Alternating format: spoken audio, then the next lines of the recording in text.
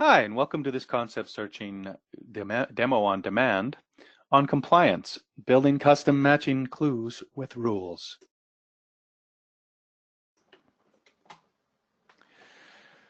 So what are our business problems?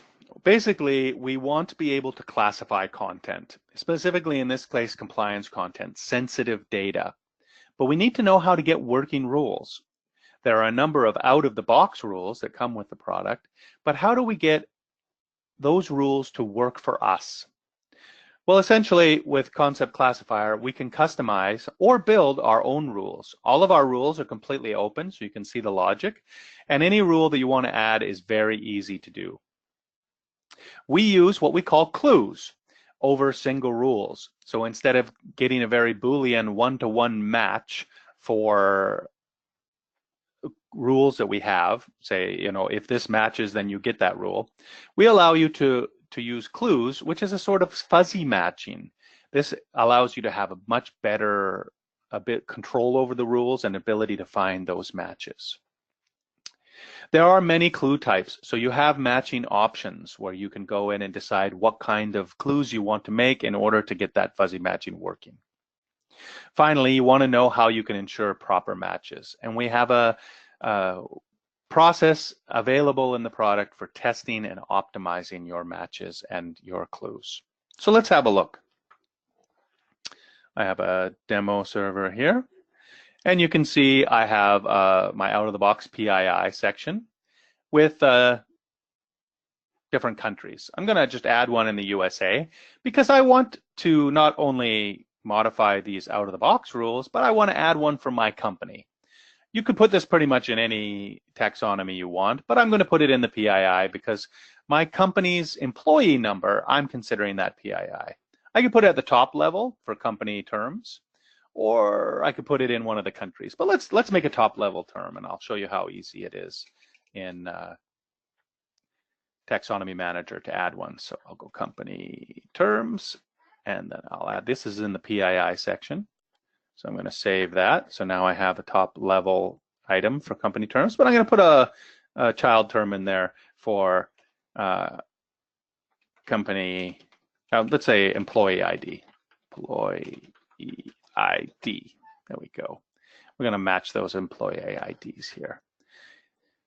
So I have an employee ID. Right now we have a standard clue for employee ID.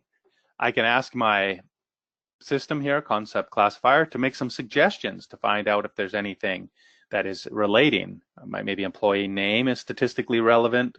Employee underscore ID is also statistically relevant. I can add these as clues as I want.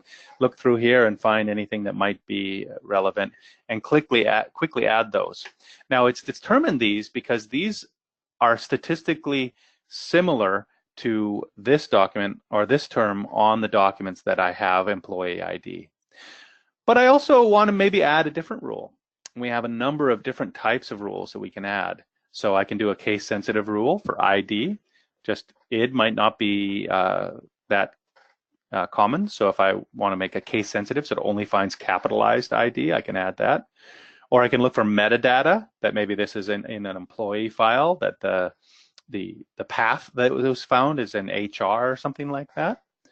Or I can add a regex expression, and that's what I want to do. So people don't like to work with regex, but it can very quickly allow you to find specific kinds of terms. You probably need to use a tool like regexer to test your regular expressions and look on the web to find out how those are built. If I want to find a specific regular expression that, say, might find an employee number like 1, 2, 3, let's say 2 numbers, 4, 5, and then 4 numbers, 6, 7, 8, 9. Let's say this is our employee numbers look like this. I can go out and probably find a regular expression very quickly online. But you can't always trust that it'll work, so we want to test them. So you can put that there in this expression and then test to see that it is actually find that as a match. Once you've got this regular expression, it's very easy to add to conceptClassifier and insert that. So now every time we have a regular expression match, we're going to give that 50 points. Also, if we have employee ID, it's going to get 50 points. That may be a lot because employee ID might appear in some other documents that don't actually have an employee ID. So I'm going to edit that, and I'm going to drop that down to 10. So it needs to actually be 5 times in the document in order to classify it, and I'll update that. I'm going to do that for these two as well because they might not be exact matches. And add that and update. And then we'll get it.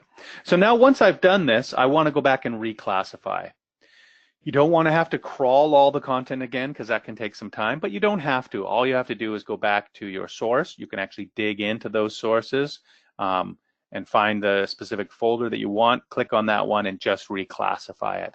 This will allow you to test that. Then you can go back and reclassify the whole thing. But the important thing is you don't have to recrawl the entire thing. And once I have those classifications, I can quickly go into my content and see what has been classified. So if we look here in this one, I know there's some items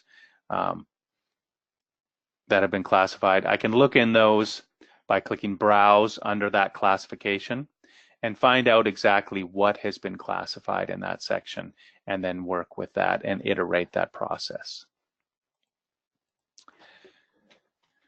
So what products do we need? Well, we need the conceptClassifier platform in order to, it comes with TaxonomyManager in order to work with clues and classify content and find that sensitive content.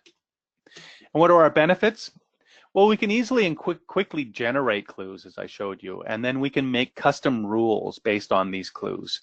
These are fuzzy matching clues, so we can manipulate them in order to get the exact kind of match that we want and be very specific and not rely on just a one-to-one match. As I showed you, there are multiple clue options, so we have all sorts of different ways to look at the content and find out whether it should be a match. And there is a feedback loop, so we can test that, see why things are classified, and do that, and then eliminate false positives. Okay, thank you very much for attending my demo on demand.